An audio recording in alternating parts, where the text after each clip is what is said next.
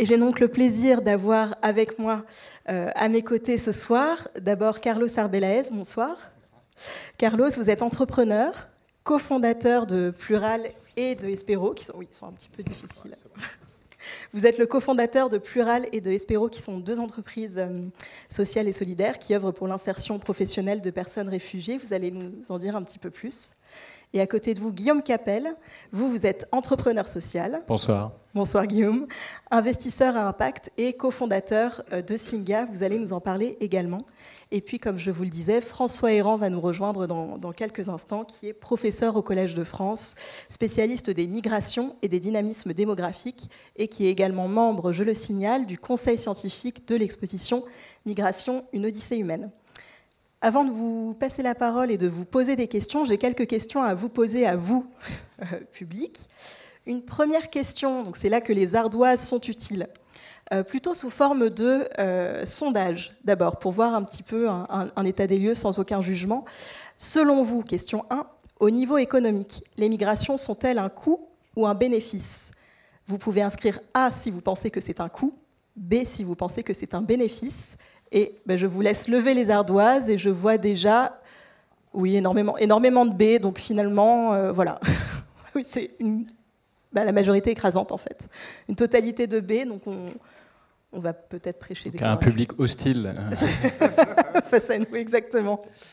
Donc c'est intéressant d'avoir cette petite information au tout début. Peut-être que je vous la reposerai à la fin pour voir si vous avez changé d'avis ou pas. On verra. Et pardon, une deuxième question. Là, un petit peu plus technique et scientifique. Quelle est la part mondiale des migrations? Sachant que pour cette question, nous nous basons sur le rapport État de la migration dans le monde 2024 rédigé par l'OIM, l'Office international des migrations de l'ONU. Donc c'est le rapport de 2024. Et je vous rappelle, ou je vous donne la définition d'un migrant international selon l'ONU. Et migrant international, toute personne se trouvant à l'extérieur de l'État dont elle possède la nationalité ou la citoyenneté, ou dans le cas des apatrides, de son pays de naissance ou de résidence habituelle. Ce terme englobe les personnes qui envisagent de migrer à titre permanent ou temporaire, celles qui migrent de manière régulière ou munies des documents requis, ainsi que les migrants en situation irrégulière. Donc c'est une définition extrêmement large des migrants. Et donc, pour cette question, quelle est la part mondiale des migrations? Est-ce que vous pensez, réponse A, que c'est 4% de la population mondiale, qui est une population migrante, 12% de la population mondiale, réponse B, réponse C, 23%, ou réponse D, 37%? Je vous laisse lever vos ardoises. Alors, il y a un petit peu de A, du B, du C, du D. Oui, et bien alors, les personnes qui ont répondu A, vous avez juste. C'est 4% de la population mondiale qui est une population migrante, avec cette définition donc très large et très vaste de ce chiffre. Et peut-être que je vais vous faire rebondir, Guillaume, je vous vois hocher au pied du chef, peut-être rebondir sur ce chiffre. Simplement, peut-être ce qu'on peut dire, c'est que c'est un chiffre qui est en évolution. On a vu cette dernière décennie que, notamment, les migrations forcées ont été multipliées par 2,5. Donc, on avait à peu près 40 millions de personnes qui étaient déplacées à cause de changements climatiques, de persécutions ou de conflits. Et aujourd'hui, on est autour de 120 millions de personnes. C'est pendant longtemps quelque chose qui a paru assez distant aussi pour des Européens. Enfin, après la Seconde Guerre mondiale, parce qu'il y a quand même eu beaucoup de grands déplacements sur le continent, mais qui est devenu beaucoup plus visible, notamment l'exil, depuis la crise syrienne en 2015, et aussi la situation à Kaboul, qu'on avait beaucoup médiatisée, et la guerre en Ukraine. Donc du coup, on a vu aussi petit à petit apparaître très visiblement la situation de personnes qui ont été forcées de se déplacer, y compris sur le continent européen. Et donc ça a fait que jusqu'à maintenant, quand on parlait de personnes déplacées, c'était beaucoup des gens qui se déplaçaient à l'intérieur des États et qui se déplaçaient beaucoup dans des pays du Sud, comme on dit, et alors qu'aujourd'hui, on se rend compte que ces migrations forcées, elles touchent un peu tous les continents. Et elles ont vocation, a priori, tous les scénarios du GIEC, des Nations Unies, à continuer d'augmenter dans les années qui viennent, parce que Si on continue d'avoir une augmentation des températures, on va continuer d'avoir des gens qui vont se retrouver dans des zones inhabitables du monde ou qui vont se retrouver forcés par des conflits liés à l'allocation des ressources, etc., à devoir bouger. Et donc les scénarios aujourd'hui, ce serait que d'ici 2050, donc à peine 25 ans, on ait le chiffre actuel qui soit multiplié par 3. Donc voilà, on se rend compte. Et alors je crois que ça voudrait dire qu'on monterait à 5-6% de la population mondiale qui serait déplacée à ce moment-là. Oui, il y a ceci, il faut aussi rajouter le fait qu'on est dans un monde de plus en plus interconnecté, où la globalisation là, facilite aussi le déplacement des personnes, ne serait-ce que des personnes qui vont à l'extérieur pour faire des études, des personnes qui, par curiosité aussi, se déplacent pour aller voyager et visiter d'autres cultures. Donc, il ne s'agit pas que des personnes réfugiées, des personnes qui fuient une situation de conflit ou une situation environnementale. Il s'agit aussi d'un monde qui est interconnecté de plus en plus. Et c'est quelque chose qui a commencé depuis toujours. C'est inhérent à l'être humain, en fait, l'effet de se déplacer. Et aux vivants, d'ailleurs, on le voit très bien dans l'exposition. Non pas que je veuille faire la publicité, encore une fois, de cette exposition, mais comme elle est vraiment extrêmement intéressante. Je voulais que vous gardiez la parole, Carlos, parce que je voulais vous demander, donc là, on a parlé donc, de ces chiffres de proportion de la population mondiale qui est une population migrante, mais comment est-ce que vous, Carlos Arbalez, en tant qu'entrepreneur, vous définiriez, quelle est la définition que vous donneriez d'un ou d'une migrant et comment est-ce que vous quantifieriez? Pour moi, c'est une définition qui est extrêmement complexe à faire parce que d'un côté, on a un mot et de l'autre côté, on a l'être humain. Donc, créer ces liens entre ces deux choses, pour moi, c'est extrêmement complexe parce que quand on parle des migrants, c'est parler d'un nombre très, très important des histoires qui sont derrière. Et donc, pour moi, peu importe le mot qu'on utilise, il faut le définir plutôt avec une connotation positive. Et c'est ce qu'on essaie de faire avec notre travail depuis des années et des années. Et on va parler un petit peu davantage de votre travail, mais Guillaume, je voulais vous poser la même question. Vous, en tant qu'investisseur à impact, si vous pouviez donner en fait une définition de ce qu'est un investisseur à impact tout d'abord, et puis ensuite, voilà, pour vous, quelle définition est-ce qu'on pourrait donner et comment quantifier les migrantes et les migrants? Et j'ai aussi une autre question, c'est est-ce qu'on va y avoir des questions sur le nombre d'hommes et de femmes, la répartition, les enfants et tout ça, ou pas du tout? Vous pouvez tout à fait le préciser dans les réponses. Oui, parce qu'en fait, une chose aussi qu'on n'a pas forcément en tête quand on parle des migrations internationales, c'est que quand on tape migrants aujourd'hui sur Google, on ne va pas voir apparaître beaucoup de femmes. Et pourtant, il y a plus de femmes que d'hommes qui bougent. Et on n'a pas forcément en tête non plus qu'il y a énormément d'enfants, de personnes qui ont moins de 18 ans et qui sont aujourd'hui des migrants réfugiés et qui doivent se déplacer. Et donc, ça, c'est aussi des choses que moi, j'essaie de garder en tête quand on se dit qu'on veut éventuellement agir sur ces sujets-là ou qu'on veut travailler aux côtés des personnes migrantes. Il faut prendre en considération que quasiment un tiers d'entre elles ont moins de 18 ans. Donc, un des grands sujets, c'est aussi l'éducation et l'accompagnement des enfants. Donc ça, c'était juste pour rebondir, parce qu'on ne l'avait pas reprécisé sur les migrations. Et donc, aujourd'hui, alors, moi j'ai été entrepreneur social, j'ai monté une ONG, on en parlera un tout petit peu plus tard, pendant 12 ans. Et il y a 2 ans, j'ai voulu essayer de passer à l'échelle un certain nombre des choses qu'on a faites. Et je me suis dit que le seul moyen de le faire, c'était de créer des choses qui durent dans le temps. Donc de l'infrastructure, ça veut dire des bâtiments, l'immobilier, donc gérer des lieux, ça veut dire le conseil, parce que c'est rentrer des normes au cœur de l'entreprise, et ça voulait dire la finance, parce qu'aujourd'hui, quand vous créez un fonds, c'est quelque chose qui dure au moins 10 ans. Donc un des projets que j'ai depuis 2 ans, c'est de financer des entreprises qui apportent des solutions sur les sujets d'intégration. Ça peut être des entreprises qui permettent de traduire le curriculum d'un pays, curriculum scolaire d'un pays, dans la langue natale des enfants, ce qui fait qu'ils ne perdent pas 2 à 3 ans de scolarité en arrivant, mais qu'ils peuvent continuer les mathématiques, toutes les matières qu'ils veulent, dans leur langue natale, mais en suivant le curriculum local et petit à petit s'adapter. Ça peut être des solutions sur la traduction instantanée entre un docteur et son patient, qui parlent de langues différentes. Voilà. Donc aujourd'hui, les projets que je veux financer, c'est ça. Et donc moi, quand je regarde aujourd'hui les populations migrantes, ce que je vois d'abord, Ce sont des entrepreneurs, ce sont des travailleurs qui vont être au sein des entreprises, et ce sont aussi des consommateurs. Ce sont des gens qui vont avoir besoin de produits, de services pour vivre au quotidien, et certains de ces produits et ces services sont particuliers à leur situation. Et c'est une manière de regarder l'immigration qui est un peu différente, parce que jusqu'à aujourd'hui, on parle beaucoup des statuts juridiques. On va toujours vous présenter les gens en fonction de leur demande d'asile, de leur statut de réfugié, de leur protection subsidiaire, de leur patati, de leur patata. Tous ces trucs-là, c'est très bien pour protéger les gens, mais sauf que c'est pas facile de relier au sein de nos sociétés des personnes qui ont un statut juridique, parce que ça nous différencie. Quand on est un réfugié statutaire et un citoyen français, ce qu'on va voir, c'est qu'on a 2 statuts juridiques différents, 2 nationalités différentes. Si vous regardez les personnes plutôt par rapport en fait, à leur trajectoire de travailleurs, donc ils recherchent un emploi, ils ont besoin d'une formation professionnelle, en fait on voit tout un tas de choses qu'on peut faire avec eux et pour eux. Quand vous regardez les gens en tant que consommateurs, bah, vous pouvez imaginer des nouveaux produits, des nouveaux services qui n'existent pas encore, et vous pouvez travailler aussi avec les immigrés pour les inventer. Et puis, quand vous regardez les gens comme des entrepreneurs, et ben, soudain, vous vous rendez compte que la migration, c'est aussi une expérience qui crée de la compétence et qui fait que les gens arrivent avec des nouvelles perspectives, des idées qu'aucune personne localement pouvait avoir.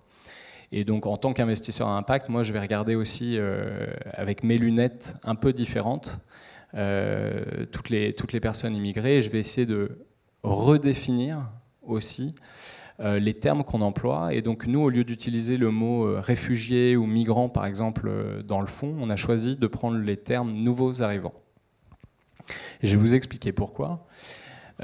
En 2016, il y avait pas mal de personnes syriennes qui sont arrivées à Berlin et qui se sont un peu rebellées contre le fait qu'on les appelait systématiquement par un statut juridique, parce qu'ils avaient le sentiment qu'on créait de la distance entre eux et les personnes locales. Et donc du coup, ils se sont auto-nommés, auto-déterminés newcomers, nouveaux arrivants, parce qu'ils estimaient que c'était plus vrai de s'appeler par leur situation, qui était d'arriver dans une ville, d'arriver dans un pays, d'être des nouveaux Allemands, des nouveaux Français, des nouveaux Italiens, des nouveaux Espagnols, plutôt que d'être un statut juridique qui les définirait à vie.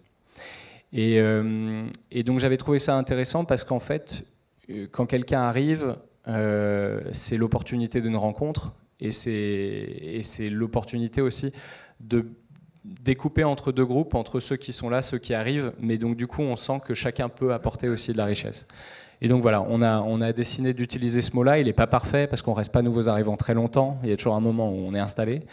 Mais ce que je voulais dire par là, c'est que se réapproprier les mots qu'on utilise pour parler aussi d'immigration, c'est aussi réinventer d'autres mondes, d'autres possibles et d'autres imaginaires. Oui, je pense aussi que dans cette réappropriation du mot migrant, il faut faire une distinction aussi parce que, par exemple, dans ce genre d'espace, les personnes qui sont amenées à prendre la parole, comme c'est mon cas par exemple, on n'est pas du tout représentatif de l'ensemble de la population des migrants. Donc du coup, quand on marche un peu dans les 18e, les camps qui se forment sous les ponts, ces gens-là, ils ne sont pas accès non plus à la parole publique. Et on peut tomber rapidement sur les pièges de se dire que tous les migrants, c'est des gens magnifiques, géniaux, avec plein de talent. C'est des gens qui ont plein de potentiel pour redynamiser l'économie. Mais on oublie souvent aussi que ces mots comprennent aussi des personnes qui ont besoin d'aide, des personnes qui fuient la guerre, des personnes qui cherchent un rêve, en fait, tout simplement, qui ont la curiosité d'aller ailleurs. Et on oublie aussi que ces personnes, ils font partie aussi de cet ensemble qu'on essaie de définir. On oublie aussi que les personnes réfugiées, ils arrivent à demander l'asile parce que c'est un droit. Ce n'est pas la charité, c'est un droit. Ils ont le droit de demander l'asile et de demander la protection d'un État. Donc je voulais préciser sur ça. Et ça permet un peu d'enchaîner en fait finalement avec Singa, donc, qui est cette ONG dont on a parlé. Si vous pouviez nous donner quelques mots, Guillaume puis Carlos, puisque Carlos avait présidé aussi Singa dans une autre vie. Dans sa vie. Dans cette vie. Du coup, Singa, aujourd'hui, c'est une ONG internationale qui est présente dans 7 pays avec 130 collaborateurs environ, donc des salariés, qui travaillent sur les sujets d'inclusion, enfin, ou plutôt d'accélérer l'inclusion des nouveaux arrivants par le biais de l'entrepreneuriat. Donc, l'entrepreneuriat des nouveaux arrivants, mais aussi l'entrepreneuriat des Européens, des personnes locales qui inventent de l'innovation dans ce domaine. Et c'est aussi par le biais des échanges culturels. On a vu que les lieux, tout simplement, dans lesquels on se rencontrait aujourd'hui, étaient un peu catastrophiques et n'avaient pas vraiment été pensés pour la rencontre. Quand on a démarré Singa, beaucoup des personnes réfugiées qui nous parlaient des Français les avaient uniquement rencontrés à la CAF ou chez Pôle emploi ou dans une association. Et donc évidemment, même s'il y a des gens formidables qui travaillent dans toutes ces institutions, c'est pas l'endroit idéal pour se faire un pote ou créer des liens professionnels. Donc du coup, l'objectif de Singa, ça a été aussi de réinventer les conditions idéales de la rencontre. Et ça passe par de l'événementiel et de la gestion de lieux. Donc aujourd'hui, on gère des food courts avec des restaurants du monde entier, on gère des espaces de coworking, on gère des espaces culturels aussi, comme la Gaîté Lyrique, qu'on co-gère avec différents acteurs. Donc là, c'est 9000 m² pour faire de la programmation culturelle, dans laquelle on essaye d'être inclusif, pour qu'il y ait le plus grand nombre de personnes qui puissent avoir accès à ce qui est partagé, mais aussi dans la production culturelle, on essaye d'être inclusif et de mettre sur scène des conférences et sur la scène musicale des artistes qui viennent d'un peu partout. Et Carlos, est-ce que vous avez des choses à ajouter ou est-ce que peut-être, si vous acceptez de nous partager vous votre parcours personnel? Alors, on a bien entendu que évidemment chaque nouvel arrivant a sa propre histoire et on ne peut pas généraliser les termes de migrants, mais vous, quand vous êtes arrivé en France, qu'est-ce qui vous a mené vers Singa et puis pourquoi avoir choisi Singa? Alors, j'ai quitté la Colombie en 2011. J'étais étudiant à la Colombie et engagé sur les thématiques de droits de l'homme. Et j'imagine que c'est pas très connu la situation interne en Colombie, mais je bossais sur les thématiques qu'on appelle les exécutions extrajudiciaires, que c'est les crimes d'État commis par l'armée contre les civils dans le cadre du conflit armé. Et pour beaucoup de personnes, c'était quelque chose de très, très dangereux. Et après des menaces et un attentat, j'ai dû quitter la Colombie très rapidement avec la plupart des personnes qui composaient ces groupes de recherche. Et je me suis retrouvé en France un peu par hasard. Parce qu'il faut savoir que quand on quitte son pays d'une manière précipitée, c'est pas comme quand on part en vacances qu'on essaie de planifier un peu le parcours, et essayer de voir où est-ce qu'on peut aller. Donc, quand on quitte le pays, surtout dans une situation comme ça, on le fait, on ne sait même pas où est-ce qu'on va atterrir.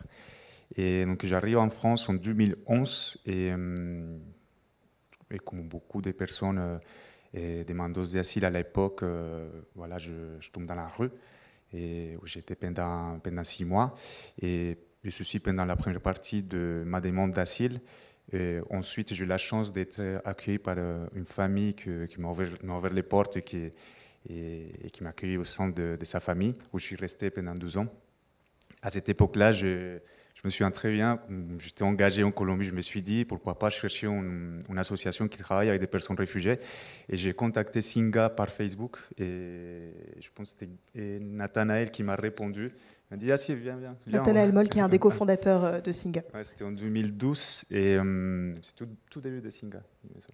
Ouais. Et donc voilà, on se rencontre très rapidement, et c'est là où je me suis rendu compte, après quelques mois de galères et quelques mois à demander et quelques mois à être assisté, c'est là que je me rends compte que j'arrive finalement dans un groupe où j'avais des choses à porter, où je pouvais entreprendre, où j'avais décidé que je pouvais partager avec les autres un peu des clés de réussite pour, je sais pas, tous les processus que j'étais en train de vivre avec ma demande d'asile. Et donc, du coup, Singa, c'était la première porte que j'ai franchie vers l'intégration en France. Et ensuite, j'ai eu la chance de reprendre les études de droit à la Sorbonne et ensuite à Sciences Po. Et j'ai bossé aussi pour le HCR ici à Paris. Mais très rapidement, mon passé m'a rattrapé. Et le café est venu un peu comme quelque chose de très... Parce que vous pouvez présenter un petit peu les entreprises que vous avez fondées, justement. Ouais. Avant ça, bon, je travaille sur une autre entreprise, une association qui s'appelle Espero, et où on travaille sur l'insertion pro des personnes réfugiées à travers plusieurs métiers, l'apiculture, la permaculture, le compostage et la couture. Donc on a aujourd'hui 3 ateliers chantiers d'insertion où on emploie des personnes réfugiées et des personnes migrantes dans un atelier couture et on les apprend le métier. Et on les enseigne des choses pour qu'ils montent en compétences. Et par la suite, on les place dans des postes de travail chez des partenaires. Et c'est souvent des maisons de haute couture ici en France. Et à côté, donc, du coup, j'ai aussi une entreprise de café. Je suis torréfacteur avec un autre collègue colombien qui s'appelle Plural. Donc, on l'a créé en 2019, juste avant les Covid. On était aussi incubé chez Zynga. Et du coup, c'était un gros défi, surtout de résilience de lancer une entreprise en pleine crise sanitaire où tout fermait. Et où les cafés comme un produit de rencontre sociale, ils n'avaient pas lieu parce qu'il n'y avait pas cet espace de rencontre. Que ça nous a beaucoup appris, ça nous a beaucoup formé parce qu'on a fait plein de kilomètres à vélo pour aller livrer les gens chez eux. Voilà, un petit sachet pendant de le café. Confinement, donc. Pendant le confinement. C'était une excuse aussi pour pouvoir sortir et profiter des rues complètement vidées des voitures. Et donc depuis 2019, on a cette marque où on importe des cafés des Colombies et d'autres pays. Mais pour le café de Colombie, on essaie d'importer du café qui ont du sens et qui ont de l'impact social là-bas. Donc, par exemple, on travaille avec des producteurs qui avant c'était des anciens combattants des groupes armés, ça peut être des FARC, ou ça peut être des groupes d'extrême droite comme les AEC, qui aujourd'hui, une fois ils ont déposé les armes, ils se sont dédiés à la culture du café, comme un projet économique de résilience. Et on travaille aussi avec des coopératives des femmes qui travaillent ensemble pour exporter du café à l'extérieur. Et à chaque fois, on cherche des cafés qui ont du sens pour que les gens d'ici puissent aussi, à travers leur consommation, contribuer au changement. Et récemment, on a ouvert un coffee shop, si vous voulez venir, dans le 20e arrondissement, à côté de l'église Ménilmontant. Et en tant qu'entrepreneur, est-ce que vous avez rencontré, en fait, quels ont été les défis que vous avez rencontrés pour monter vos entreprises en France? Vous avez été aidé puisque vous avez été incubé au sein de Zynga, mais comment est-ce que ça s'est passé? Est-ce que vous avez le sentiment que c'était plus ou moins difficile ou qu'il y avait des défis différents du fait de votre origine, enfin que vous soyez arrivé en France plus ou moins récemment, puisque c'est en 2011, c'était il y a un petit bout de temps maintenant? Oui, je pense que chaque parcours d'entrepreneuriat a ses spécificités. Et dans mon cas, je pense que c'est le cas pour beaucoup de personnes, la principale barrière, c'était la langue. Et c'est à partir de là où beaucoup de choses peuvent se résoudre. Donc, une fois on apprend la langue, ces difficultés qui arrivent, c'est stabiliser dans un logement. Et pour se stabiliser dans un logement, il faut trouver les moyens économiques qui te permettent de payer les loyers, tout simplement. Et par la suite, il y a eu un nombre très très important des empêchements et des difficultés qui sont propres à mon parcours, mais j'en connais quelques difficultés un peu communes aux entrepreneurs qui ont été recueillies par une étude faite pour les HCR l'année dernière et qui parle sur les freins pour l'intégration des personnes réfugiées en France. Et il y a six freins qui arrivent assez souvent, principalement la langue. Ensuite, il y a tous les freins administratifs liés, par exemple, à l'illettrisme numérique. Beaucoup de personnes ont des difficultés, par exemple, pour faire les démarches administratives. Et comme aujourd'hui, tout est dématérialisé, il n'y a pas de guichet. Donc, beaucoup de gens ils sont un peu exclus de ces possibilités de faire ces démarches tranquillement. Et il y a aussi... si vous voulez François Héran qui vient de nous rejoindre. Bonsoir. Donc il y a aussi des empêchements inhérents, par exemple, aux personnes réfugiées, comme le logement, je disais, et la santé mentale. C'est quelque chose qu'on oublie souvent, mais la santé mentale, c'est une grosse problématique qui est encore assez méconnue, assez maltraitée. Et il y a aussi le logement, comme je disais. Et d'autres problématiques, par exemple, comme la perte de confiance en soi et l'autosabotage. Beaucoup de personnes qui ont des talents énormes, qui ont des compétences énormes, et une fois qu'ils arrivent en France, ils perdent complètement la confiance et ils ne se sentent pas capables d'occuper, par exemple, un poste de travail. Ils ne s'osent même pas à candidater, de reprendre les études, d'intervenir dans des espaces comme ça. Et ça, ces freins-là à l'entrepreneuriat, vous l'avez ressenti chez Singa en tant qu'incubateur ou pas forcément? Alors, si, bien sûr. En fait, Singa est là évidemment comme plateforme pour permettre à des entrepreneurs de lancer leurs projets, de retrouver confiance.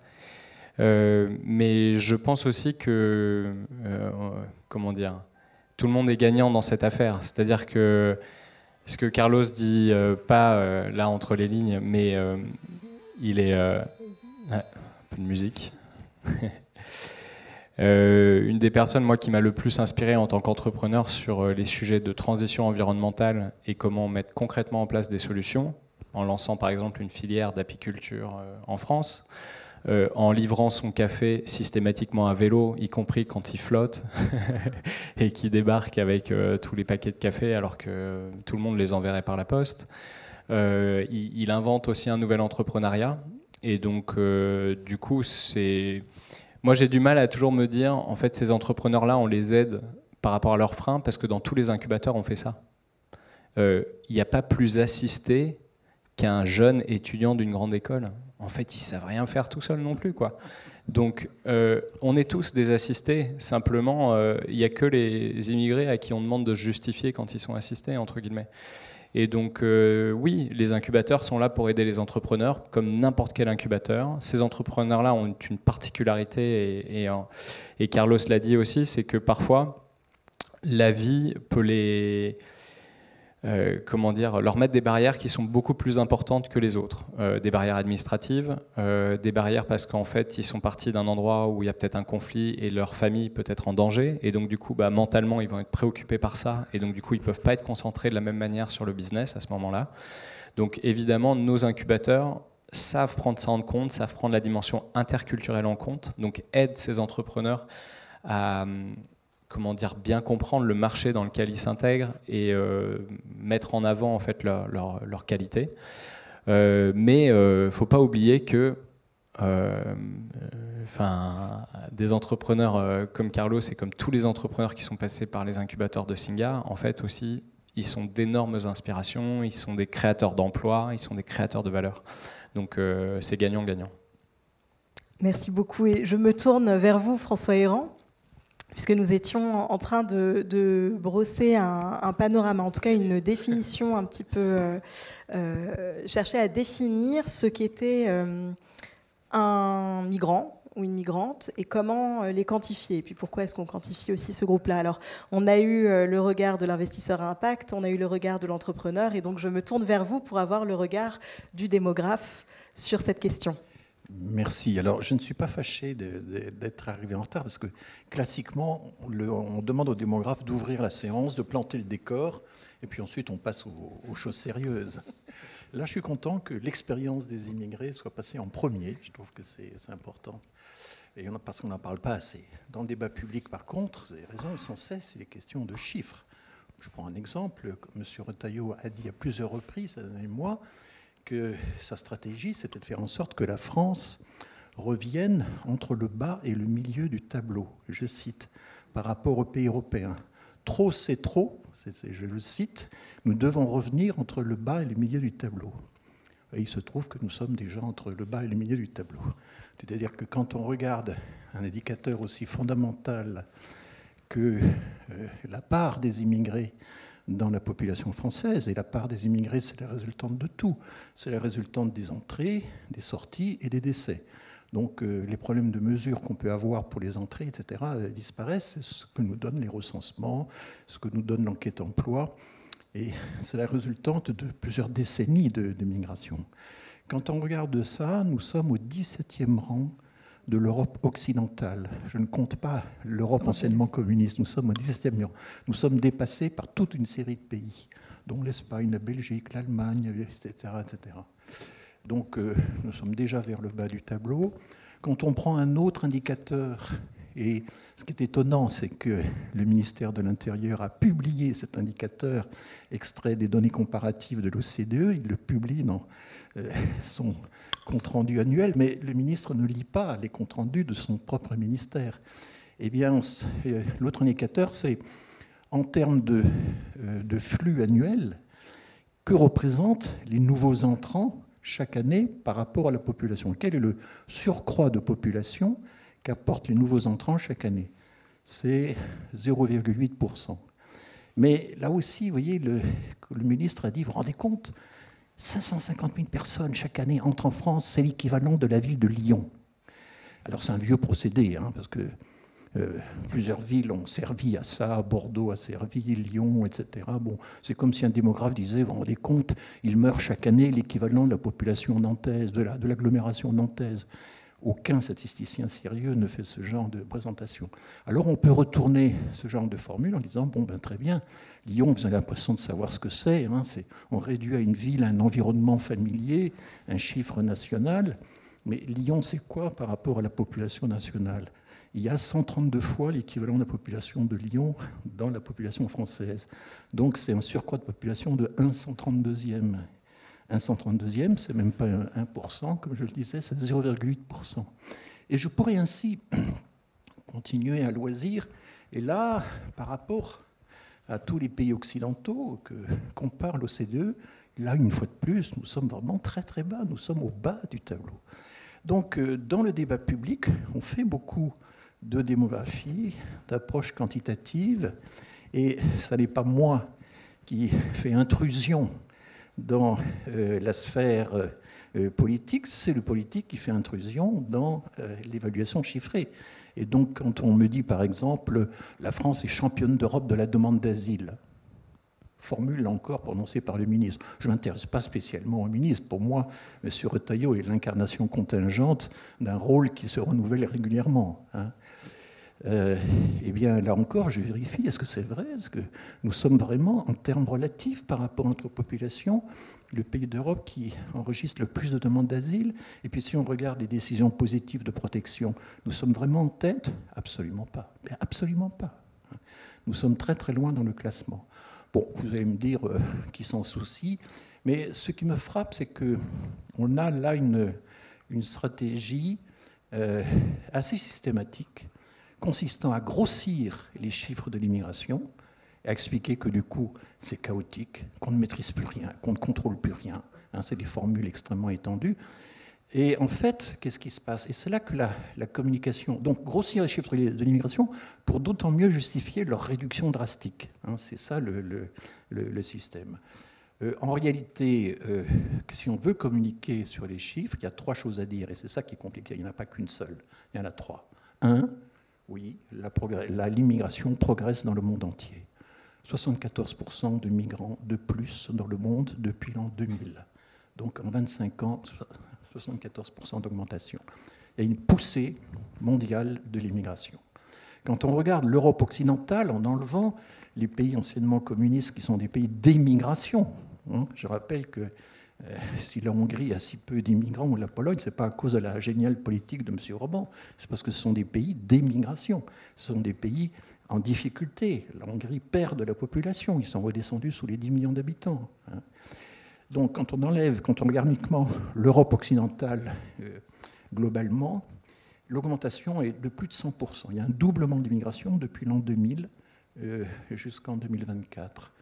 Et la France, c'est une forte poussée aussi, mais nettement moindre, 50% d'augmentation. Alors c'est important, 50%.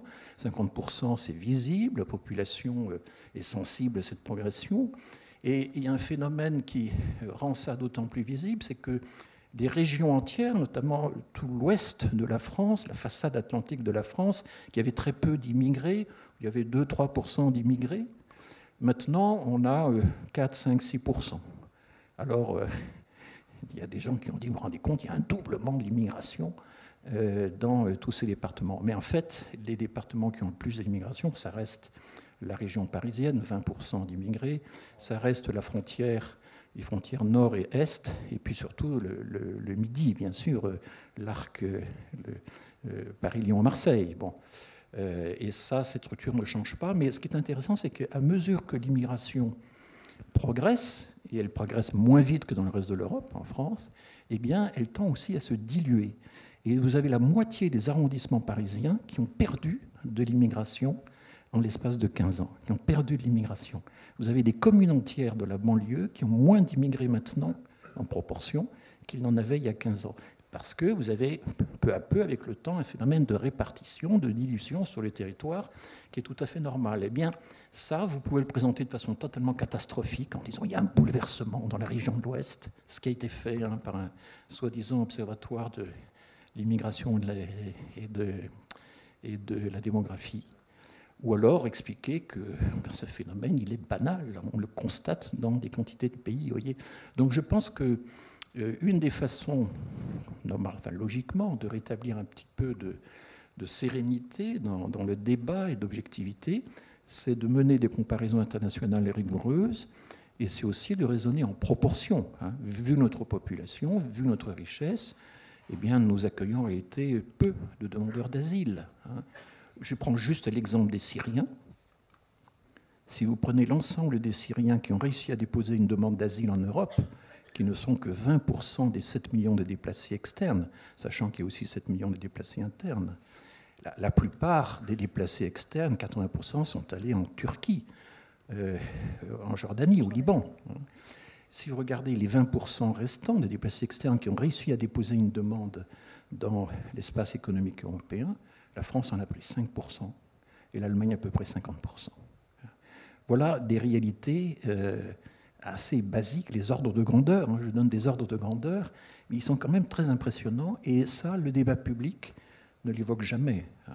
On raisonne en chiffres absolus, Lyon chaque année en plus, etc., etc. On cherche à impressionner le bon peuple et on explique que tout ça, c'est que tout est chaotique, qu'on ne maîtrise plus rien. Or, si vous regardez ces augmentations dont je parle, que ce soit en Europe, que ce soit en France, c'est des augmentations très linéaires. Elles sont très, très régulières. Et je terminerai là-dessus en disant que chaque année, quand on publie le chiffre de l'immigration au mois de janvier, c'est le ministère de l'Intérieur qui fait ça, tout de suite, vous avez des titres. Tous les records d'immigration sont battus. On n'a jamais eu autant d'entrées que sous Macron, etc. Et oui, depuis Jacques Chirac, tous les records sont systématiquement battus. Chirac a battu les records de l'immigration, Sarkozy, Hollande, etc. Oui, c'est une poussée générale. On prétend maintenant inverser la courbe. Je ne sais pas comment on va faire. On pourra inverser la courbe que si on fait le pari que toute cette poussée migratoire ira chez le voisin. C'est un peu ça l'idée. Merci beaucoup. Et je propose qu'on passe à la suite. Et puis Guillaume, je vois que vous vouliez réagir peut-être au propos. Non, pas forcément. Je propose qu'on passe à la suite. Et c'est en lien en fait avec ce que vous venez d'aborder, François, puisque je me retourne vers vous avec vos ardoises avec une troisième question. En 2022, quelle part totale de la population européenne représentaient les migrants dans l'Union européenne ? La source, ce sont des statistiques de Eurostat qui ont été publiées en 2023. Et je redonne la définition de migrant selon ce Eurostat. Cette source, migrant étant toute personne n'étant pas née dans un pays de l'Union européenne, venue s'installer pour au moins 1 an dans un pays de l'UE. Et ces chiffres comprennent les réfugiés ukrainiens. Donc voilà, en 2022, quelle part totale de la population européenne représentait les migrants dans l'UE ? Réponse A, 15,2%. Réponse B, 10,3%. Réponse C, 7,8%. Ou réponse D, 6,1%. Je vous laisse réfléchir 2 secondes. Et je vois que des ardoises commencent à se lever, donc vous pouvez lever. Alors, on a du A, du B, du C, du D. Du D aussi. Bravo aux personnes qui ont répondu la réponse D, puisque effectivement, la part totale de la population européenne, les migrants, pardon, représentaient 6,1% de la part totale de la population européenne dans l'UE en 2022. Et une quatrième question, j'en profite parce que ça fait écho directement avec ce que vous disiez, François. En proportion, en 2022, quels sont les pays de l'Union européenne ayant accueilli le plus grand nombre de migrants? La source, c'est toujours cette fameuse étude Eurostat. Est-ce que dans l'ordre, c'est l'Allemagne, puis l'Espagne, puis la France, puis l'Italie? Réponse A. Malte, Luxembourg, Estonie, Chypre, réponse B. Allemagne, Pologne, Italie, France, réponse C. Ou bien réponse D, France, Allemagne, Malte, Pologne. Donc en proportion de leur population totale, quels sont les pays qui ont accueilli le plus grand nombre de migrants en 2022? Les pays de l'UE. Alors là, il y a beaucoup de A, beaucoup de C, un petit B qui se balade, pas de D. Eh bien, la réponse, c'était B, la réponse B. Et une carte qui est quand même assez parlante pour vous montrer, et ça fait directement écho avec ce que vous disiez à l'instant, François. Donc en termes de proportion, voici la carte des pays européens qui accueillent le plus grand nombre de migrants. Et vous voyez que la France accueille 6 pour 1000. Voilà, c'est des chiffres en pour 1000, hein, pas en pourcentage. 6 pour 1000 de migrants, comparé à Malte qui a 66 pour 1000, le Luxembourg 48 pour 1000, l'Estonie 37 pour 1000, Chypre 34, la Tchéquie 33, etc. etc. Je peux faire un petit commentaire, si vous voulez, pour éclairer ce chiffre. D'abord, à cause du règlement de Dublin, qui fait que les grands pays continentaux se protègent par rapport aux îles-États qui sont en première ligne, comme Chypre et Malte. Alors Chypre et Malte, c'est pas très visible sur la carte, c'est tout petit. Oui. Malte, c'est 500 000 habitants. C'est 120 fois plus petit que la France. Mais enfin, en proportion, ils sont en tête. C'est comme la ville de Lyon, un peu. Oui. Alors l'Estonie, c'est un cas particulier parce qu'il compte comme immigrants tous les Russes qui ont refusé de prendre la nationalité estonienne. Du coup, ils sont comptés comme immigrés. C'est un cas très particulier. Mais vous voyez bien que la France, elle, n'est pas du tout en tête donc, de l'accueil des migrants de façon générale. Alors, ce n'est pas une étude d'Eurostat, je précise ça. C'est une récolte de données. Non, c'est une obligation légale. Ah. Tous les pays membres de l'Union européenne doivent livrer en un rythme très soutenu les données de migration, de traitement de la demande d'asile, etc. Et donc, ce sont les règlements européens. Il y a une loi européenne qui oblige tous les États à fournir ces chiffres. Et ces chiffres sont harmonisés par Eurostat et publiés très régulièrement, tous les 3 mois à peu près. Hein. Donc on peut, voilà, chacune et chacun, consulter ces chiffres publiquement qui sont rendus... Voilà. Et ce qui est terrible, c'est que la plupart c'est pas seulement le cas en France, mais surtout en France, les politiques ne consultent pas ces chiffres que pourtant, dont la livraison a pourtant été votée par le Parlement français. Hein. Et alors, je propose qu'on revienne au cœur de notre conversation, donc qui est autour du coût, ou en tout cas de l'impact économique des migrations pour nos sociétés. Donc, on a bien compris que la manière de quantifier publiquement les migrants pouvait poser problème ou débat. Et je voulais vous poser la question du calcul de l'impact économique. Comment est-ce qu'on peut calculer aujourd'hui, quantifier l'impact économique d'une catégorie de population par rapport à l'ensemble de la population? Quels sont les outils utilisés? Est-ce que ces outils sont bons? Je sais que Guillaume, vous vouliez réagir à cette question, et puis ensuite François. À ma connaissance, il y a des calculs qui ont été faits à l'échelle nationale par notamment la Cour des comptes et à l'échelle internationale ou au moins européenne par l'OCDE. Ce que je comprends de ces calculs, parce que j'ai quand même été regardé suite à notre conversation un peu préliminaire comment ils étaient faits, c'est que c'est quand même une soustraction assez simple qui consiste à prendre l'impact fiscal, donc c'est-à-dire les impôts que payent les migrants, et de mettre une soustraction par rapport aux dépenses qu'on leur associe en termes de logement, dépenses, prestations sociales, tout ce qui est sécurité aussi. J'ai vu que c'était, il y avait un budget sécurité qui était associé. Et donc c'est vrai que ces outils existent.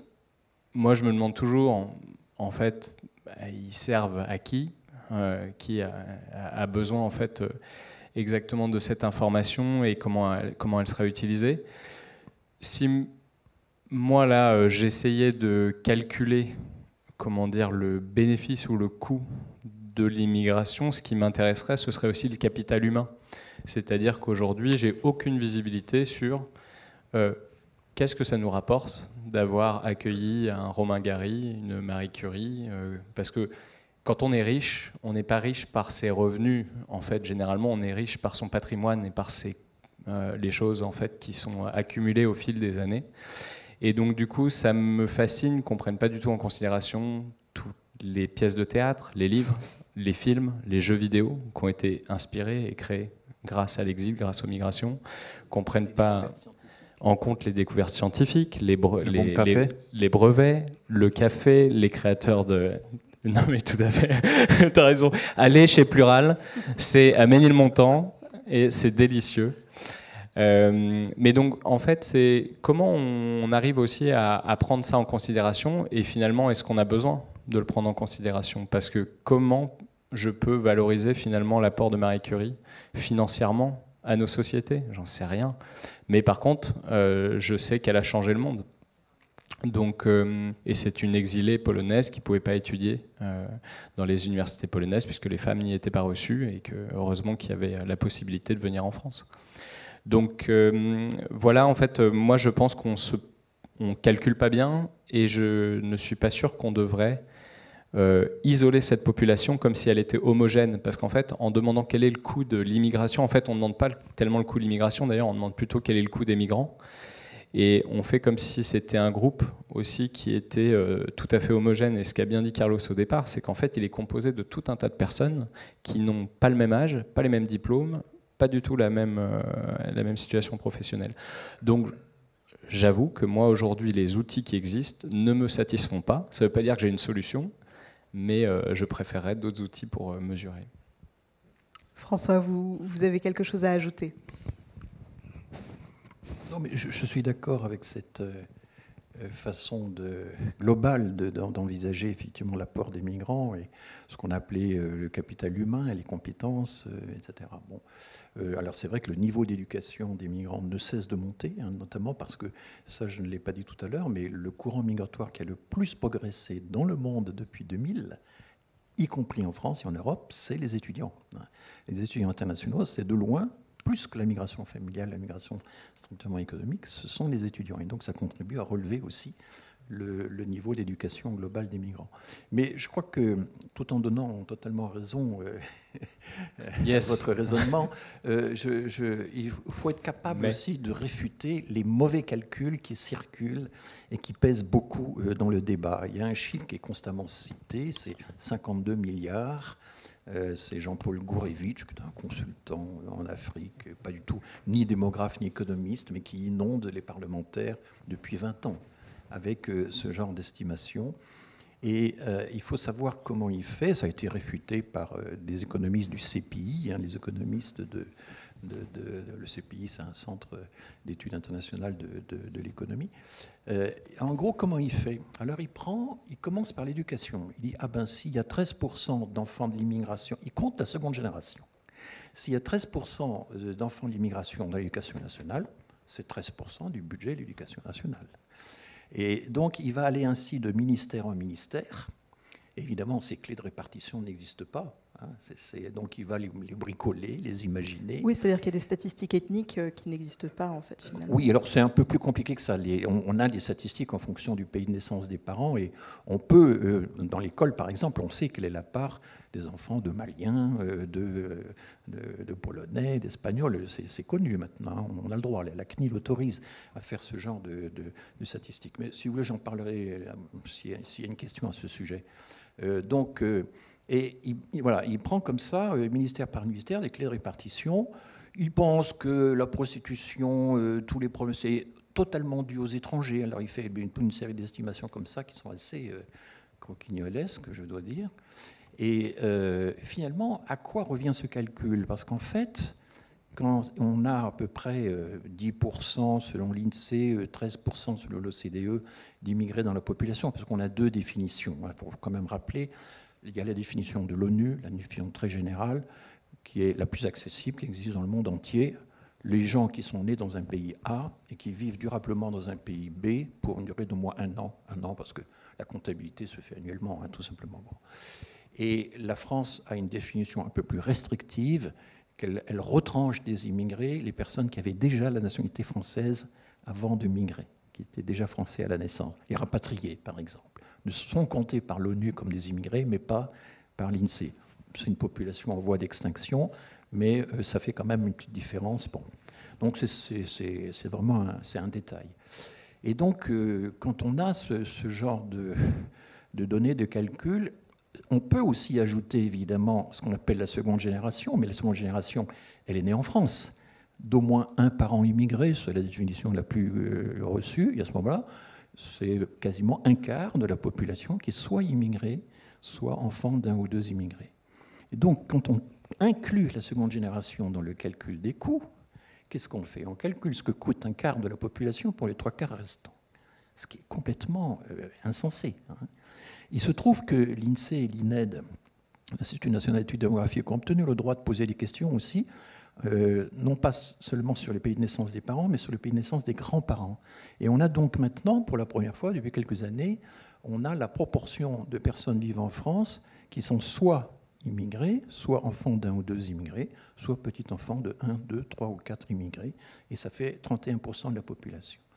Donc vous pouvez dire, après tout, pourquoi ne pas encore inclure la sixième génération. Et ce qui est intéressant, c'est que la même enquête nous dit 31% de personnes liées à l'immigration sur 3 générations, mais seulement 5% qui ont leurs 4 grands-parents immigrés. Ce qui veut dire que ce n'est pas contradictoire, ça veut dire qu'il y a énormément de brassage, de mariage mixte au fil des générations. Pas beaucoup à la première génération, parce que, c'est ce que je dis souvent, le marché matrimonial français n'est pas facile à pénétrer dès la première génération, mais à la deuxième génération, ça progresse, et à la troisième génération encore plus. Et donc, si vous voulez, l'idée de calculer ce que coûte, vous l'avez très bien dit, une partie de la population pour le restant, n'a pas de sens, puisque la frontière entre majorité et minorité ne cesse de bouger. Et dans mon vocabulaire, enfin, j'aime pas beaucoup le jargon, mais je pense que les minorités se majorisent, qu'elles vont désormais appartenir à la majorité et faire partie de la... Alors, ce que j'avais observé, juste, c'est que lorsque ce résultat de l'INSEE et de l'INED est paru, 31% de personnes liées à l'immigration sur 3 générations, mais seulement 5% ayant leurs 4 grands-parents, Le Figaro avait fait une chose assez étonnante. Le journaliste de base avait assisté à la conférence de presse de l'INSEE et il avait parfaitement compris de quoi il était question. Il y a un brassage des populations au fil des générations et c'est ce qu'il avait écrit dans son article. Mais l'éditorialiste en première page, Trémollet de Villers, avait dit, vous vous rendez compte, 31% de la population française il y a l'immigration, mais où va-t-on? Que fait le gouvernement?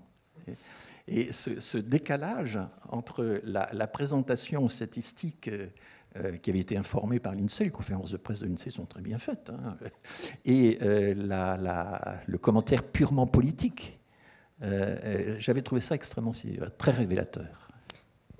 Carlos, oui. Ce que je trouve assez surprenant dans ces chiffres annoncés et dangereux, au-delà du fait que c'est des chiffres doutos, arrivés par des méthodes politisées complètement, c'est plus le discours qui est caché derrière. En fait, quand on annonce un chiffre à cette hauteur-là, de 56 milliards d'euros comme coût de l'immigration, qu'est-ce que ça veut dire vraiment? Quand on oppose une population de personnes migrantes face à d'autres populations précaires, et on fait une sorte de concours de misère entre ces deux populations, qu'est-ce qu'on vous dit derrière? Et quand il y a 159 milliards de déficit fiscal, on s'est dit, voilà, donc la solution, c'est réduire l'immigration. Et cet argent-là, il a comblé en partie ce déficit fiscal. C'est ça vraiment que je trouve complètement dangereux derrière tous ces chiffres et qu'il ne faut pas oublier que c'est des choses qui ont été déjà arrivées dans l'histoire et que malheureusement pourraient être utilisées encore une fois pour des atrocités. Donc exerçons notre esprit critique, notre esprit scientifique aussi, d'aller chercher au-delà des chiffres et de ce que l'on veut nous faire dire à certains chiffres. Une notion qui était revenue lorsque l'on préparait ensemble cette rencontre, c'était la notion d'attractivité. qui est aussi une notion économique par ailleurs. Qu'est-ce que vous pouvez nous en dire en fait de cette notion d'attractivité et de comment est-ce qu'elle est utilisée aujourd'hui dans les discours autour des politiques migratoires? Je ne sais pas si François, vous voulez dire un mot? Oui, il y a une théorie assez répandue, qui est d'abord née aux États-Unis, s'est répandue en Angleterre, est apparue plus tardivement en France, mais elle est maintenant très présente. C'est ce qu'en anglais on appelle le welfare magnet, la welfare magnet theory, la théorie de l'attraction magnétique, de l'aimant que représenterait la protection sociale. En français, on dit l'appel d'air, l'appel d'air de la protection sociale. Et on a très bien vu pendant tous les débats sur la loi Darmanin, c'était très intéressant, il y avait constamment cette idée, nous sommes trop attractifs. Nous avons une protection sociale trop généreuse, nous avons toute une série de dispositifs qui attirent les migrants plus qu'à leur tour, l'ADA, l'allocation pour demandeurs d'asile, l'AME, l'aide médicale d'État, nous avons le droit du sol, nous avons, etc. Et l'idée, c'était il faut raboter tout ça ou supprimer tous ces avantages, et comme ça, nous aurons moins d'immigrés. Voilà bon. Le problème, c'est que, comme on l'a dit tout à l'heure, nous ne sommes pas le pays le plus attractif d'Europe, loin de là. Il y a aussi des préférences qu'ont les migrants. Les réfugiés syriens ont préféré aller en Allemagne plutôt qu'en France. Et on a pu démontrer que la France avait une allocation pour demandeurs d'asile supérieure à celle des Allemands, et ça n'a pas empêché les Syriens d'aller plus tôt en Allemagne qu'en France. Donc en fait, et Fondapol, la fondation de Dominique Régnier, a beaucoup joué un rôle énorme là-dedans. Alors ils ont fait des rapports très très précis, comparant le montant des allocations, des avantages sociaux de pays en pays, etc. Mais ça n'est pas encore une démonstration. Pour démontrer que nous sommes plus attractifs que les autres pays, il faut regarder ce qu'on appelle en préférence, en économie, les préférences révélées. C'est-à-dire, où sont allés effectivement les migrants ou les exilés? Où sont-ils allés? Comment se sont-ils répartis? Et il se trouve que quand vous essayez de mettre en corrélation à l'échelle du monde entier, sur plusieurs décennies, la générosité et la protection sociale d'un pays et l'importance de l'immigration qu'il attire, il n'y a pas de corrélation. Les pays qui ont attiré le plus de migrants pendant des décennies, c'était les États-Unis et l'Espagne, qui avaient justement une protection sociale très faible. Donc il n'y a pas de corrélation claire entre... Et moi je m'occupe de réfugiés afghans que j'aide au cours de leur parcours.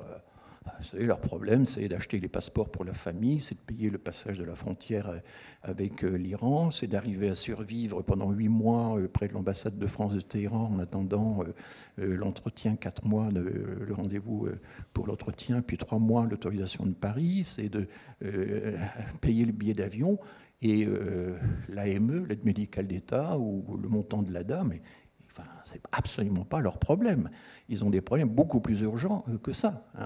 Et donc là, cette idée, mais elle est très, très, très, très ancrée, cette idée que nous sommes trop généreux en protection sociale, et que nous sommes naïfs, nous sommes laissés avoir, et c'est pour ça qu'on les attire. Un, nous ne les attirons pas tant que ça, et deux, nous ne sommes pas si attractifs que ça. Et donc en réalité, le vrai problème pour moi, je suis désolé, mais ce n'est pas vraiment dans l'air du temps, le vrai problème, c'est de se demander pourquoi la France est si peu attractive. Guillaume, Carlos, est-ce que vous vouliez rebondir ou... Non, pas vraiment. Sur ce sujet-là, j'ai pas grand-chose d'autre à dire que François. Mais après, en entendant ça, en fait, ça me fait penser que il y a un coût très important qui n'est pas pris en compte aussi dans nos sociétés, c'est le coût de la xénophobie. Parce que, en fait, à force de créer des chemins qui sont impossibles pour les gens, de parcours administratifs odieux, il faut dire aujourd'hui, personne. Alors, je connais moi tout particulièrement le parcours des personnes en exil, mais les migrants de manière plus générale. C'est un parcours qui est psychologiquement désastreux, c'est un parcours qui est long, extrêmement pénible, extrêmement coûteux, juridiquement, administrativement, qui crée des problèmes aussi sanitaires qui n'existaient pas avant, mais qui rajoutent en fait de la pression et une charge mentale pour les personnes et qui, du coup, ont forcément un coût énorme pour notre société. Donc c'est vrai que quand on réfléchit aussi au coût liées aux migrations. Je pense qu'il faut raisonner aussi de manière un peu holistique et voir qu'aujourd'hui, le parcours entre guillemets utilisateur, parce que moi je viens quand même de l'entrepreneuriat et de la manière dont on accède à un service, on accède à un produit, je me rends compte que venir en France aujourd'hui c'est très très dur en fait. Créer un compte bancaire c'est dur, obtenir en fait des soins c'est dur, et c'est dur justement parce qu'il y a tout un tas de gens qui se sont fait un imaginaire comme quoi les gens venaient pour nous gruger, entre guillemets ils sont en train de sauter la queue devant le cinéma alors que nous ça fait des heures qu'on attend, etc. Et donc moi je peux vous dire, parce qu'on a croisé au sein de Singa des milliers et des milliers de personnes, que très rares sont ceux qui viennent avec une stratégie de gruger, parce que ils ont des préoccupations beaucoup plus trivial, vital au quotidien, et 2, parce que ce sont des gens normaux qui n'ont juste qu'une envie, c'est de pouvoir bosser, trouver un logement, mettre leurs enfants à l'école, etc. Et donc je pense qu'il y a aussi un sujet qui est là, et en fait en écoutant aussi tout à l'heure sur les modèles qui existent et qui nous sont imposés par je ne sais pas quel gars, là, j'ai pas très bien retenu son nom, mais je me dis mais en fait le problème c'est aussi nous, quand est-ce qu'on invente nos propres modèles ? C'est-à-dire qu'il faut aussi que nous, on impose nos hypothèses en fait, sur ces sujets-là, nos modèles économiques, c'est aussi à nous de faire le boulot. Donc je ne sais pas s'il y a des économistes parmi vous, statisticiens ou quoi, mais il y a de la place là aussi pour aller inventer un peu des trucs. Voilà, c'est une réflexion à voix haute. Et je vais pousser la réflexion, quels seraient les critères à prendre en compte alors pour calculer les coûts, les bénéfices ? Déjà, moi, j'aimerais bien connaître les modèles qui existent. C'est-à-dire que je me rends compte, par exemple, les calculs qui sont faits actuellement, dont on entend tout le temps parler, celui de la Cour des comptes, moi, il me revient tout le temps aux oreilles, l'OCDE. Honnêtement, j'ai fait des recherches. Je me suis fait aider par un certain nombre d'intelligences artificielles pour essayer de capter comment sont constitués ces outils. Mais franchement, c'est pas du tout transparent, c'est pas clair. Donc déjà, on ne sait pas d'où viennent les chiffres, on ne sait pas qui les a véritablement commandités, etc. Donc moi, j'aimerais bien juste comprendre déjà ces outils-là, comment ils sont faits. Et puis, deuxièmement, qu'on commence à valoriser un peu plus l'entrepreneuriat. On sait que 15% des entrepreneurs en France sont des immigrés. Enfin voilà, en fait, c'est juste inventer, et puis après, je passe la parole, mais c'est aller chercher un peu des choses qu'on ne valorise pas aujourd'hui. Avant de vous passer la parole, Carlos, j'enchaîne sur les 2 dernières questions que nous avons à vous poser, et Guillaume vient de vous donner la réponse à l'une d'entre elles. Mais on va voir si vous l'avez bien écoutée. D'ailleurs, Guillaume, j'avais une question, puisque celle-ci, je l'ai tirée de vos chiffres. On parlait justement du fait que les migrantes et migrants aujourd'hui sont de plus en plus éduqués, que la majeure partie des migrants en France et de la population étudiante. Alors, pour ce chiffre, Guillaume, je me tournerai vers vous pour savoir si c'est en France ou pas. Mais... Là, c'est pour la question... Ah bah oui, c'est ça. En France, quelle est la proportion d'entrepreneurs immigrés ? Voilà, tout le monde a bien entendu, donc c'est bien la réponse. Déjà, au moins, les gens ont écouté, ça fait plaisir. Mais je passe à la dernière question que nous avions. Non, mais juste un commentaire sur ces... Oui, bien sûr. L'institution en France qui regarde quelle est la part des immigrés dans les différents métiers, dans les différentes catégories socio-professionnelles, etc., c'est la DARES. La DARES, c'est donc le service statistique du ministère du Travail, qui s'intéresse à l'immigration de longue date, et qui exploite notamment l'enquête emploi et le recensement là-dessus. Et donc, en gros, il y a à peu près, les immigrés, c'est 10%, 11% de la population active. Et effectivement, les entrepreneurs font partie des métiers où ils sont surreprésentés, de l'ordre de 15%. Mais évidemment, les métiers où ils sont les plus surreprésentés, c'est le nettoyage, c'est le gardiennage, c'est les ouvriers non qualifiés du bâtiment, etc. etc. Donc, vous avez une note de la DARES, vous faites DARES, travail immigré, vous googlez et vous tombez sur cette note qui date de 2021, donc c'est un peu... peut-être même un peu ancienne, c'est pas refait systématiquement, mais ça donne quand même une idée effectivement de là. Et puis alors au moment du Covid, un peu partout en Europe, pas seulement en France, les économistes ont regardé attentivement qui remplissaient les fameux emplois essentiels, les crucial workers, comme on disait, les travailleurs cruciaux ou essentiels.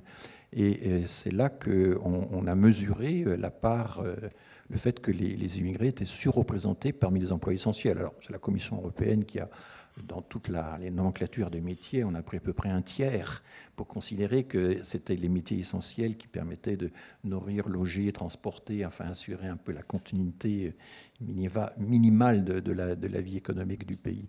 Et là, on s'est rendu compte que les immigrés sont surreprésentés.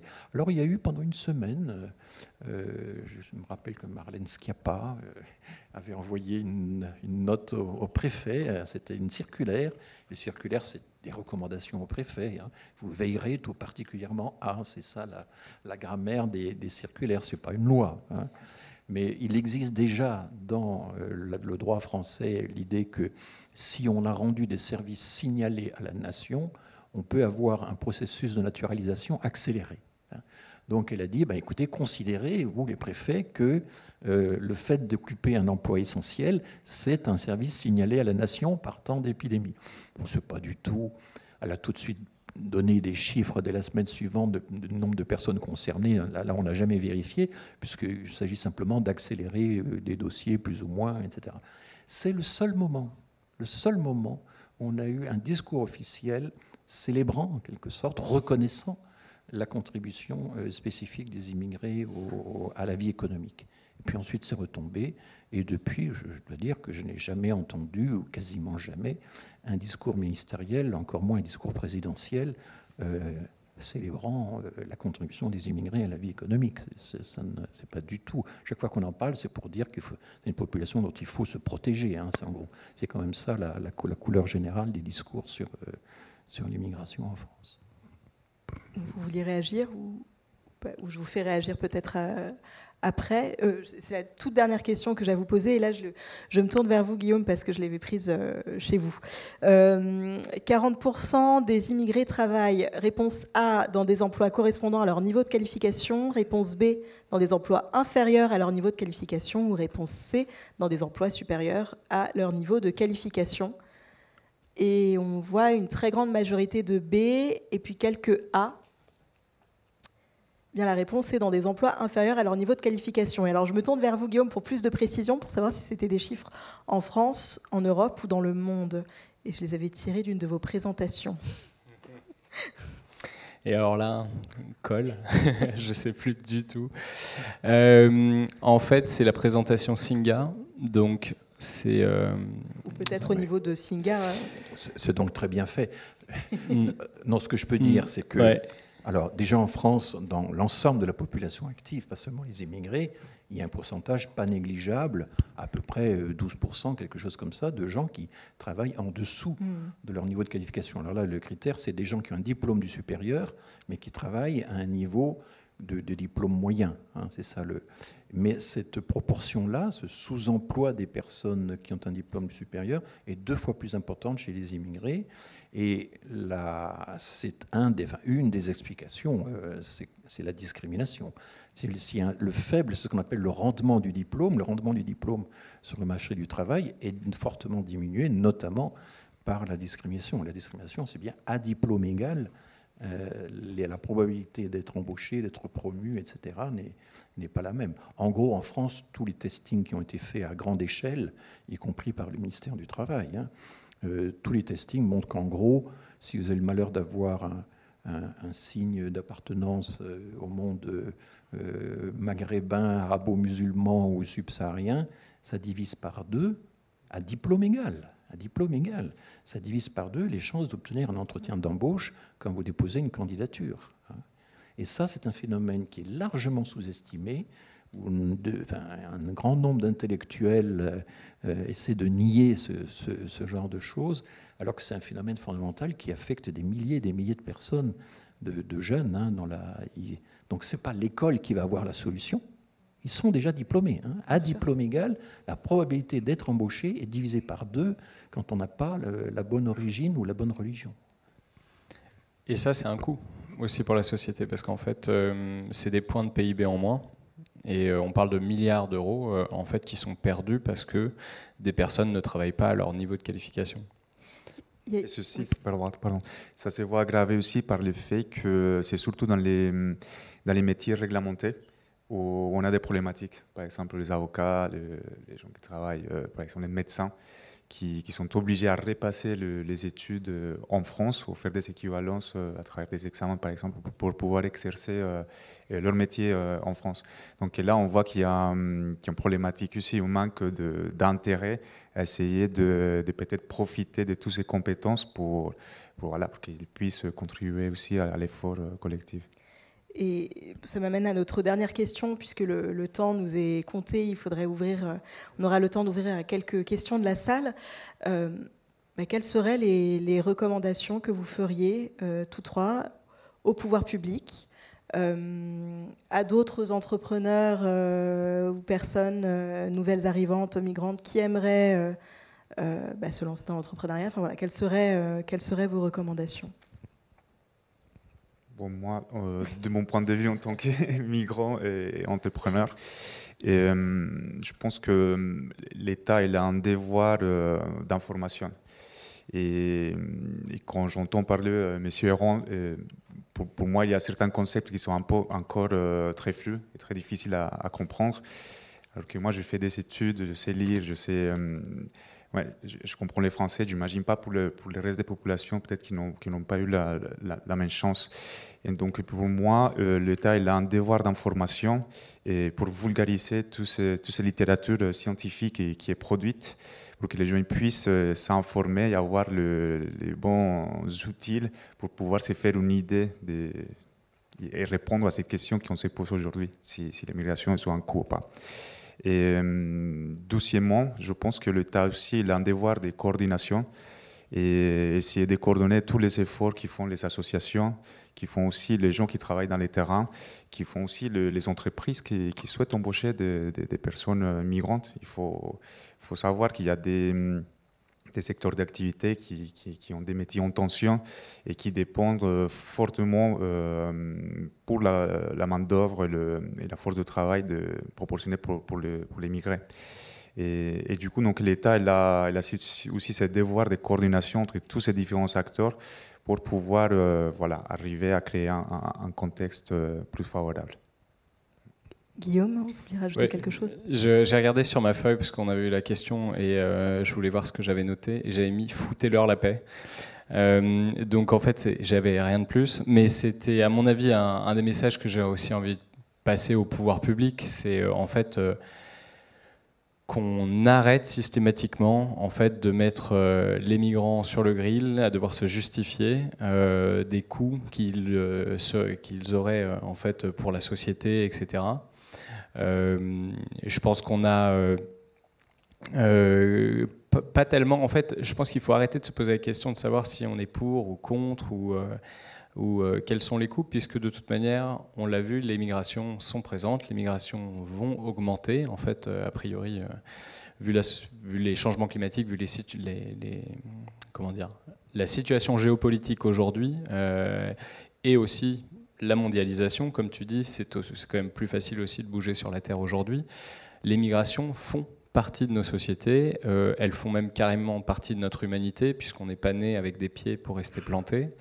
Et donc, du coup, je pense qu'il faut qu'on arrive un peu à se poser la question aujourd'hui de l'optimisation des coûts peut-être d'installation des personnes, parce qu'aujourd'hui, c'est vrai que en fait, on perd, je pense, beaucoup d'énergie dans de l'administratif, du juridique, dans du logement qui était censé être d'urgence, mais qui devient pérenne.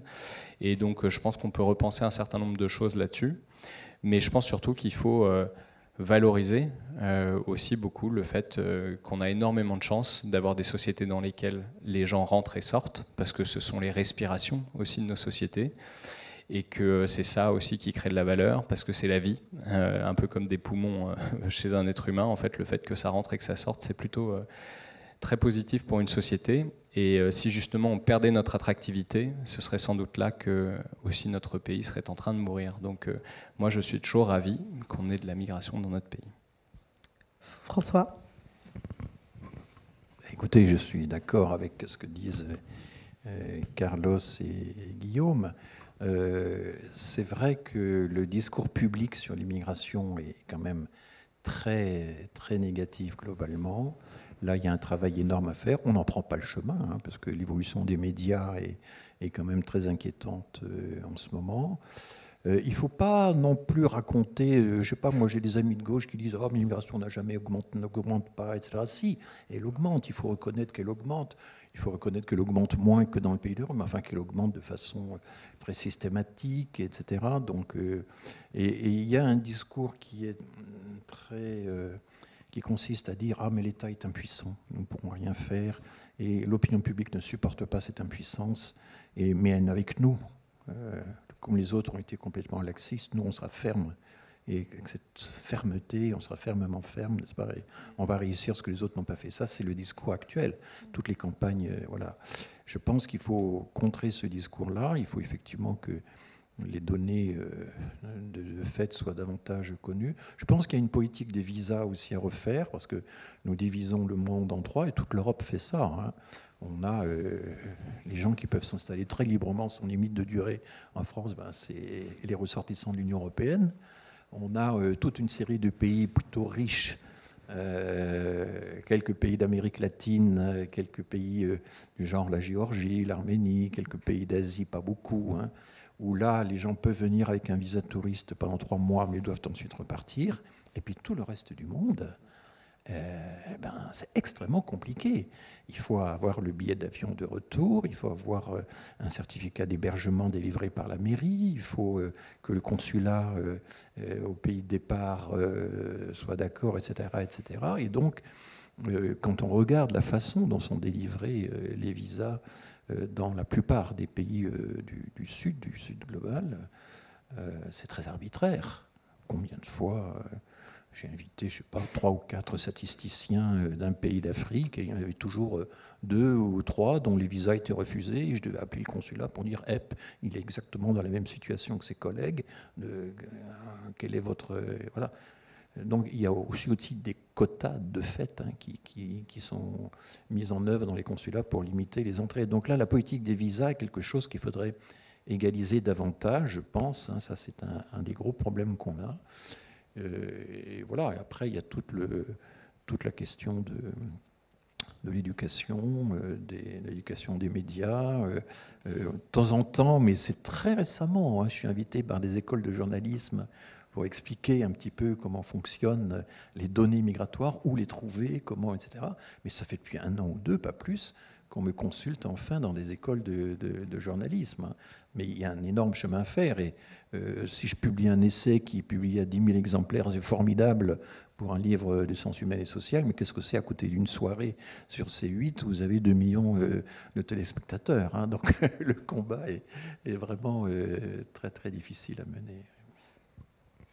Merci beaucoup. Je me tourne vers vous. Alors, il nous reste très peu de temps, malheureusement. Peut-être qu'on va rassembler les questions. Je vois qu'il y a une main levée ici. Est-ce qu'il y en a d'autres ? 1, 2, 3. Alors, on va rassembler les questions, essayer de faire des questions courtes pour pouvoir donner le temps à nos intervenants de vous répondre. Marine, on commence avec madame au premier rang. Merci. Bonsoir à toutes et tous. Moi, je suis Danise et je travaille dans les ressources humaines.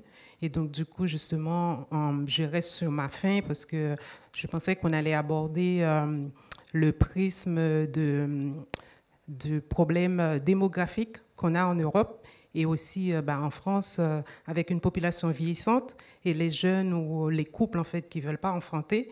Et donc, du coup, ici, la migration, en fait, était une solution pour ce problème parce qu'en 2050, on aura besoin de main-d'œuvre. Et donc, du coup, je pense aussi par rapport à la présentation de Guillaume, et que l'un des critères qu'il fallait aussi prendre en compte, c'est le capital humain. Oui. Parce que si on a la population qui est vieillissante, je me dis que la population migrante, quand même, il contribue en fait à tous les niveaux, au niveau de la société, la main-d'œuvre, et aussi des professions qu'on dit en tension. Donc, du coup, c'est cette population, en fait, qui sont obligés, malgré leur diplôme, de prendre des boulots, en fait, en dessous de leur niveau. Qualification. Oui, voilà. Alors, donc, Merci beaucoup. Je propose qu'on regroupe les questions pour vous laisser le temps de répondre. Mais effectivement, le sujet est tellement dense qu'on n'a pas pu tout aborder. Mais merci de poser cette question, justement, de la pyramide des âges. Oui, monsieur, et puis ensuite madame. Oui, c'est ça. Monsieur, et puis madame, qui est quelques rangées plus loin. Bonsoir. Déjà, encore une fois, effectivement, merci pour votre intervention. Il y a, je trouve, un coup qu'on a peut-être abordé peut-être plus en surface, mais après, je pense qu'en entrepreneuriat, vous l'aviez peut-être moins vu. Ça aurait été la question du coût politique, parfois national et aussi international, en fait, finalement, de ces politiques migratoires, puisqu'on a beaucoup vu que la France, par exemple, l'Italie, ont accepté beaucoup moins de migrants sur les dernières années, où il y a eu beaucoup moins d'entrées que dans d'autres pays. Quelle vision en fait de notre pays ça donne à l'international, pas tant du point de vue des gens qui veulent y entrer, mais du point de vue des autres pays. Quel impact ça a sur nos relations avec, en l'occurrence, les pays du Sud, avec par exemple la Chine, les États-Unis, et finalement comment est-ce que ça impacte nos relations avec eux, le fait que certains pays en acceptent plus de migrants que nous.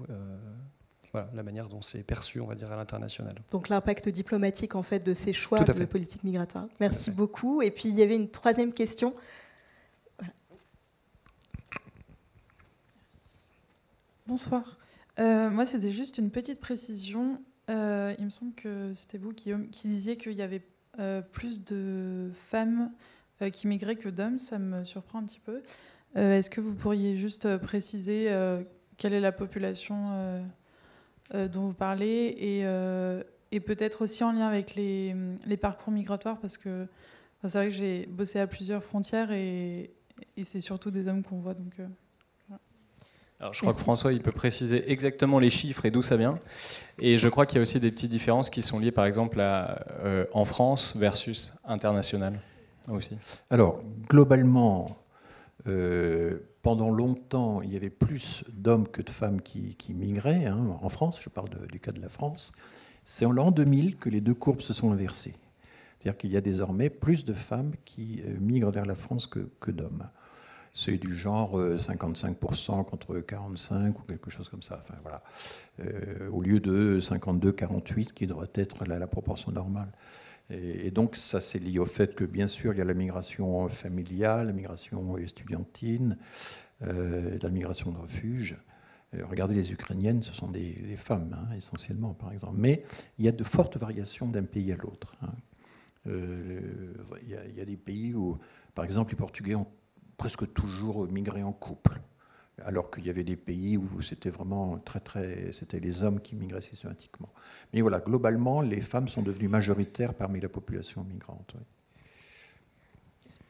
Et après, en fait, ce que tu soulignes, c'est aussi quelque chose qui est... Parfois, en fait, on est confronté à des situations où, en effet, il y a beaucoup d'hommes. Et donc, du coup, ça peut très rapidement aussi devenir un peu l'impression qu'on se fait de la situation de migrants. Et aujourd'hui, tout à l'heure, je parlais de quand on regarde sur Google, et en fait, quand on a les images aujourd'hui qui sont véhiculées dans les médias, on va voir très peu de femmes. Et d'ailleurs, on va rarement voir des individus. On va toujours voir des groupes. On a toujours... en fait, migrants, c'est une apparition, c'est une foule qui souvent a l'air très dense et aussi qui est soit en détresse, soit qui a l'air agressive en fait dans les images. Et donc ça appelle des réactions chez nous qui sont soit il faut s'en protéger, soit il faut les protéger. Et donc un des rôles nous qu'on a essayé d'avoir chez Singa, ça a été aussi de promouvoir la diversité de ce qu'est la migration et notamment de mettre un peu plus à l'honneur les femmes, parce qu'en fait nous on a vu dans nos incubateurs qu'on avait 50% de femmes et 50% d'hommes entrepreneurs. Et on a vu aussi que ces femmes, elles apparaissaient quand on proposait nos formations avant 16h et pas de 16h à 18h. Parce qu'on s'est rendu compte, évidemment, que le rôle des femmes, même si elles sont migrantes, est toujours d'aller chercher les enfants à l'heure à 16h30. Et donc, du coup, on a eu beaucoup plus d'entrepreneurs femmes quand on a changé les horaires.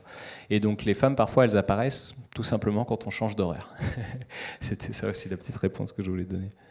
Oui, alors, cela dit, il y a quand même quelques afflux de réfugiés qui sont très très centrés sur les hommes, parce que toute migration est sélective, et donc effectivement, quand elle est très très risquée, très dangereuse, pour les femmes, c'est un parcours extrêmement compliqué, hein, traverser le Sahara, par exemple, traverser la Libye, et donc là, effectivement, c'est plutôt les hommes jeunes qui sont délégués par la famille, en quelque sorte, pour aller entamer un processus de migration avec l'espoir de faire venir le reste de la famille. Donc, il y a certains flux de réfugiés sont effectivement très, très, très masculins. Mais globalement, dans le monde, c'est assez intéressant d'ailleurs, parce que je me souviens que c'était dans les années, au milieu des années 90, l'ONU s'est intéressée à cette histoire homme-femme, parce que c'est devenu un grand sujet, et a réétudié rétrospectivement toutes les données migratoires des précédentes décennies, et s'est aperçu qu'en réalité, il y avait beaucoup plus de femmes que ce qu'on avait cru.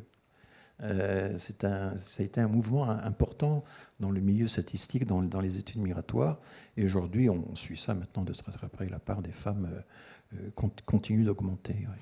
François, Tu peux répondre aux autres questions, toi, je vous laisse la parole sur la question de la pyramide des âges, justement. Ah, Carlos, pardon, vous vouliez parler. Sur la question de la pyramide des âges, et est-ce que les migrations sont une solution, en tout cas en France, pour pouvoir fournir... Alors, en France, déjà, ne remplaçons pas totalement les générations. Quand on fait le fameux calcul du 2,1 enfants par femme en moyenne pour que les générations se remplacent, pourquoi 2,1 et pas 2 ? C'est parce que il naît un peu plus de garçons que de filles, et qu'il faut tenir compte de la mortalité avant que les femmes arrivent à l'âge de fécondité. Il y a une petite mortalité. Autrefois, c'était 2,8, 2,9, 3 enfants par femme qu'il fallait avoir pour assurer le remplacement des générations, tellement la mortalité avant d'arriver à l'âge de fécondité était considérable. Voilà, aujourd'hui, on est à 2,1, quelque chose comme ça, et même un peu moins que bon. Alors, cela dit, c'est tout le problème. Est-ce qu'on justifie l'immigration par des considérations utilitaristes ? Il y a deux variantes de l'utilitarisme. Il y a la variante économique. On manque de bras, on a besoin de bras. Et puis, il y a la variante plutôt démographique qui est nous devons rajeunir notre population, renouveler les générations. La politique migratoire a été rarement démographique en France. Elle l'a été un peu en 1927. Là, il y avait vraiment un déclin démographique de la France très marqué qui préoccupait absolument tout le monde. Et on a fait une grande loi de naturalisation, la plus généreuse qu'on ait jamais eue dans notre histoire, puisqu'il suffisait d'avoir vécu 3 ans en France pour demander la naturalisation. Et Vichy ensuite est revenu sur ces naturalisations. C'était en 1927, c'est ça ? 27, c'est la grande loi de naturalisation. À l'époque, après, évidemment, l'hécatombe de la Première Guerre mondiale, on a eu un déficit démographique et les générations n'étaient pas remplacées, notamment à cause de la forte mortalité qui régnait encore, la mortalité juvénile, enfin infantile et juvénile. Bon, donc, et depuis aujourd'hui, on est à 5 ans d'attente pour pouvoir demander la naturalisation, et la droite sénatoriale voudrait que ce soit porté à 7 ans. On est très loin de la loi de 1927. On a une forte régression. Alors, l'Italie, par exemple, est un cas très intéressant de ce point de vue-là, parce qu'il y a une chute démographique beaucoup plus faible que nous. Il y a un taux de fécondité très inférieur au nôtre. C'est 1,5, même pas 1,3 enfants par femme. Et là, ce qui est très étrange, c'est que d'un côté, Mme Meloni mène une politique extrêmement dure vis-à-vis des embarcations qui viennent de Tunisie, de Libye, etc. Elle a même reçu la visite de dirigeants britanniques et français pour voir quelle était sa solution miracle. Mais en même temps, elle a introduit 550 000 travailleurs par ce qu'on appelle le décret flou, il decreto flussi, disant, eh bien voilà, nous avons besoin de 150 000 personnes chaque année pendant 3 ans. Et si vous regardez par exemple le site de l'ambassade d'Italie au Niger, qui est en français, ils disent aux habitants du Niger, écoutez, nous avons un programme de recrutement des travailleurs, 550 000 pendant 3 ans, et ils énumèrent les métiers, ce n'est pas des métiers qualifiés, c'est récolteur de fruits, transporteur, gardien, etc., etc. Donc, ce qui est vraiment étonnant, c'est que la presse a monté en épingle toute la politique de lutte contre la migration clandestine de Giorgia Meloni, mais en parlant très très peu de cette politique d'accueil incroyable, on n'imagine pas ça en France, qui était imposée par la situation démographique. Voilà. Maintenant, les réflexions de fond quand même, est-ce qu'il faut justifier l'immigration uniquement par des arguments utilitaristes ou est-ce qu'il faut utiliser aussi des arguments de droit? Actuellement, la grande majorité de l'immigration qui arrive en France entre parce qu'elle en a le droit. Il y a un droit de la migration. Donc, si vous voulez, vous avez une politique migratoire qui peut être économique, peut être démographique, qui peut être juridique, application des droits, ou alors identitaire, une politique d'opinion, etc., qui tente à l'emporter en ce moment. C'est ça un peu l'éventail des options. Merci beaucoup. Et sur la dernière question, là, je me tourne vers vous, Carlos, parce que en tant qu'entrepreneur qui travaillait avec l'étranger, est-ce que vous sentez qu'il y a un impact de ces décisions de politique intérieure française sur l'image de la France à l'étranger? Bien sûr qu'il y a un impact. Et tout à l'heure, on est en train de discuter sur l'attractivité de la France. Internement, je pensais, on ne parle jamais des coûts de l'immigration qui est porté par les migrants eux-mêmes. S'il y a des personnes migrantes, vous savez combien ça coûte de laisser la famille derrière, de laisser un projet économique, de laisser une maison, de laisser des amis, de laisser un parcours académique, une carrière. Ça c'est un coût très, très, très important. Et quand on confronte ça à l'attractivité qui puisse porter la France vis-à-vis de cette personne, je pense que la réponse est donnée. Merci beaucoup. Est-ce que vous aviez d'autres choses à ajouter sur ces sujets? Écoutez, on a déjà dépassé... Non, c'est bon, Guillaume? On a déjà dépassé le temps qui nous était imparti. Merci beaucoup encore François Héran, Guillaume Capelle et Carlos Arbeláez.